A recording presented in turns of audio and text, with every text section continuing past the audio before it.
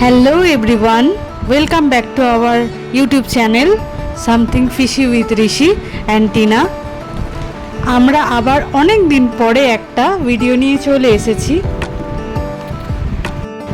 আমরা আজকে full family একটা ছোট্ট ট্রিপে বেরিয়ে পড়েছি।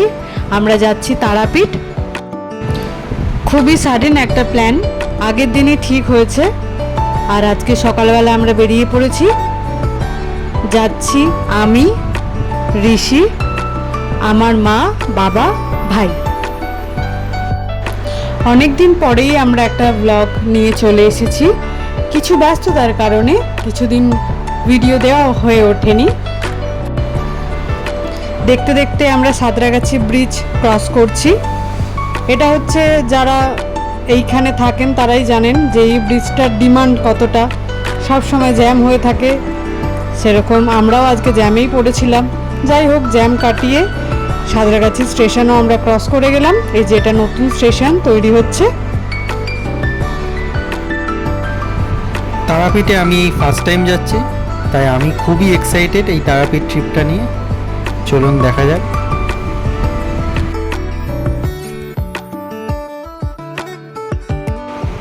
এই যে সামনে আমার বাবা, মা, ভাই আর আমাদের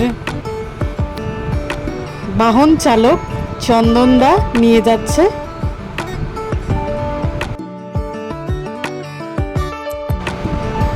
আমরা দেখতে দেখতে অনেকটাই চলে এসেছি। আমি অনেক দিন আগে এসেছিলাম তারাপীঠ, বলতে পারেন 7-8 বছর আগে। তারপরে আবার যাচ্ছি এই তো, সেই জন্য তো খুবই এক্সাইটেড আমিও। জানি অনেক কিছুই চেঞ্জ হয়ে গেছে, কারণ রাস্তাঘাট অনেক চেঞ্জ দেখতে পাচ্ছি। তো খুব মজা। এই যে এটা কাঁসাই নদী, যেখানে সারা বছর জল থাকে না, এরকম অল্প জলই থাকে। বন্যার সময় শুধু জল থাকে। মানে এইখানকার রূপটা বন্যার সময় পুরোপুরি ডিফারেন্ট থাকে, এটা আমি শুনেছি।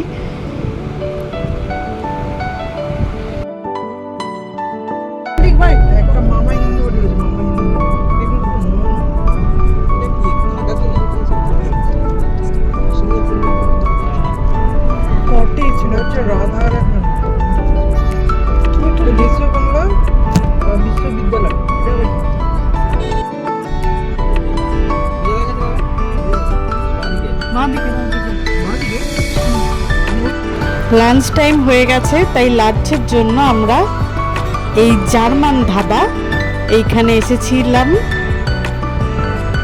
লাঞ্চ করতে। আমরা গাড়ি থেকে নেমে পড়েছি। চলুন, এই যে আমরা ভেজ থালি আর একটা ডিমের অমলেট নিয়েছিলাম। খাওয়া দাওয়া কমপ্লিট। এবারে আবার বেরিয়ে পড়েছি তারাপীঠের উদ্দেশ্যে।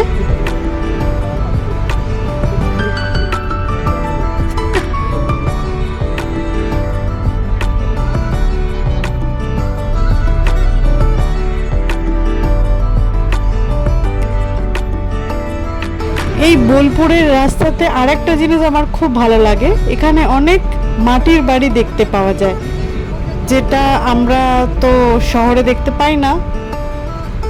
তো খুব সুন্দর লাগে, বেশ ছোট ছোট মাটির বাড়ি। কিছু কিছু বাড়িতে আছে খড়ের চাল দেওয়া, কিছু কিছু আছে টিনের চাল দেওয়া।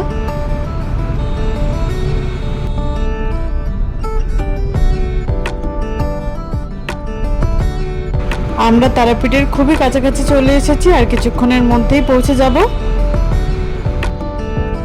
যেহেতু এটা সাডেন প্ল্যান, সেই জন্য কিছুই বুক করে আসা হয়নি, তাই আমরা এসে একটু খোঁজাখুঁজির পর একটা হোটেল পেয়েছিলাম।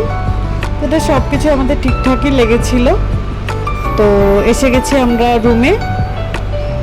এই যে এটা বাথরুম, মোটামুটি পরিষ্কারই। এরপরে একটু রেস্ট নিয়ে আমরা সন্ধ্যেবেলায় সবাই মিলে রেডি হয়ে বেরিয়ে পড়েছি পুজো দেওয়ার জন্য। এই যে আমাদের হোটেলেরই পুরোহিতিনি আমাদের নিয়ে যাচ্ছিলেন। আমাদের হোটেলটা মন্দির থেকে 2 মিনিটের ডিস্টেন্সে ছিল হাঁটা। এই যে আমরা সবাই মিলে হেঁটে হেঁটে মন্দিরের দিকে যাচ্ছি। তারাপীঠে সবসময়তেই এখন প্রায় খুবই ভিড়। দুদিকে দেখতে পাচ্ছেন প্রচুর দোকানপাট। পুরো তারাপীঠের মন্দিরে যাওয়ার গলিতে দুপাশে অনেক দোকান, প্যাঁড়ার দোকান, ডালার দোকান। এবারে আমরাও হাঁটতে হাঁটতে যাচ্ছি একটা ডালার দোকানে, যেখানে আমরা পুজোর জন্য ডালা নেব। গলিতে অনেক দোকান, এই যে ছোট ছোট কিছুজন প্যারা নিয়ে বসে আছে। এমনিতেও অনেক দোকানে প্যারা রয়েছে। এই যে আমাদের ডালা নেওয়া হয়ে গেছে। এই যে সবাই যে যার নামের আমরা ডালা নিয়ে নিয়েছি। এখানে এই যে আমরা সবাই দাঁড়িয়ে রয়েছি, এবারে যাব ভেতরে। চলুন ভেতরে এবারে যাই। এই যে ঢুকে গেলাম আমরা মন্দিরে। এই আমরা এবার মন্দিরে ঢুকছি। প্রচুর লোকের সমাগম হয়েছে মায়ের দর্শন করার জন্য। খুব ভালো লাগছে এখানে এসে, মনটা অনেকটা শান্তি লাগছে যে আমরা পুজো দিতে পারবো এবার। এখানে অনেক পুজো হচ্ছে, যজ্ঞ হচ্ছে। দেখুন এখানে ভেতরেও অনেক ফুলের দোকান। আমরা আসলে যেই সময়টায় গেছিলাম সেই সময় মন্দির বন্ধ ছিল, মন্দিরের দরজা, কারণ তখন মায়ের আরতি হচ্ছিল। আর এই যে দেখতে পাচ্ছেন এই গ্রিলের ভেতরে কিছু মানুষ আটকে রয়েছে। ওরা ওই ভিআইপি দর্শনের জন্য যারা গেছে বা যার দর্শনের লাইনে ছিল তারাই ওই লাইনে দাঁড়িয়ে রয়েছে। এই যে ঠাকুরের ভোগ দেওয়া হয়ে গেলে এগুলো বিতরণ করা হবে। এই যে দেখুন মায়ের দরজা বন্ধ, এখন আরতি হচ্ছিল। মায়ের দর্শনের এত বড় লাইন ছিল যে আমরা লাইনে দাঁড়াইনি। এই যে দেখুন এখানে অনেকে মন্ত্র বলে পুজো দিচ্ছে, আমরাও সেরকম ওখানে দাঁড়িয়ে পুজো দিয়েছিলাম সাইডে। আর আমরা নাট মন্দির থেকেই মায়ের দর্শন করেছিলাম। নাট মন্দিরে একটা ছোট্ট স্ক্রিনের মধ্যে সিসিটিভি ক্যামেরার দ্বারা মায়ের আরতি দেখা যাচ্ছিল, আমরা সেটা দেখেছিলাম। এখানে বিভিন্ন লোকে ঠাকুরকে আলাদা করে ভোগ দান করেন, ভক্তদের মধ্যে সেগুলো বিতরণ করে। তো সেই রকমই আমরা কিছু প্রসাদ ওই মন্দির প্রাঙ্গণ থেকেই পেয়েছিলাম। তো মন্দির থেকে পুজো দেওয়ার পর আস্তে আস্তে আমরা হোটেলের দিকে আসছি হেঁটে হেঁটে।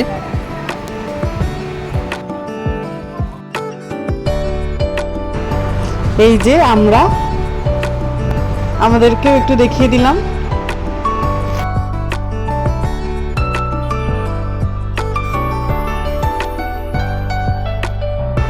এই যে আমাদের হোটেল বিদেশিনী। সেই দুপুরে লাঞ্চ করার পরে কিছু খাওয়া হয়নি, তাই আমরা কি খাবো সেটাই ভাবছিলাম। তো হোটেলের পাশেই একটা মোমোর দোকান ছিল, বাট মোমোটা খুবই বাজে হওয়ার জন্য আমরা ঝালমুড়ি কিনে নিয়ে গেছিলাম। এই যে মোমো বাজে খেতে। এই যে ঝালমুড়ি নিয়ে আমরা যাচ্ছি হোটেলের, একটু গিয়ে হোটেলে রেস্ট নিয়ে নেব।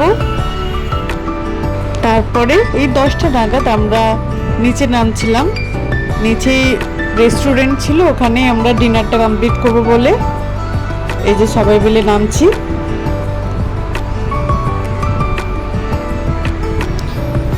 চলুন আজকের এই ডে 1 তারাপীঠের ব্লগটা এখানেই আমরা শেষ করছি। আবার আমরা ডে 2 পরে একটা ভিডিও নিয়ে আসব। এটা পুরোপুরি দেখবেন, কেমন হয়েছে জানাবেন। আর ডে 2 পরের ব্লগটার জন্য ওয়েট করবেন।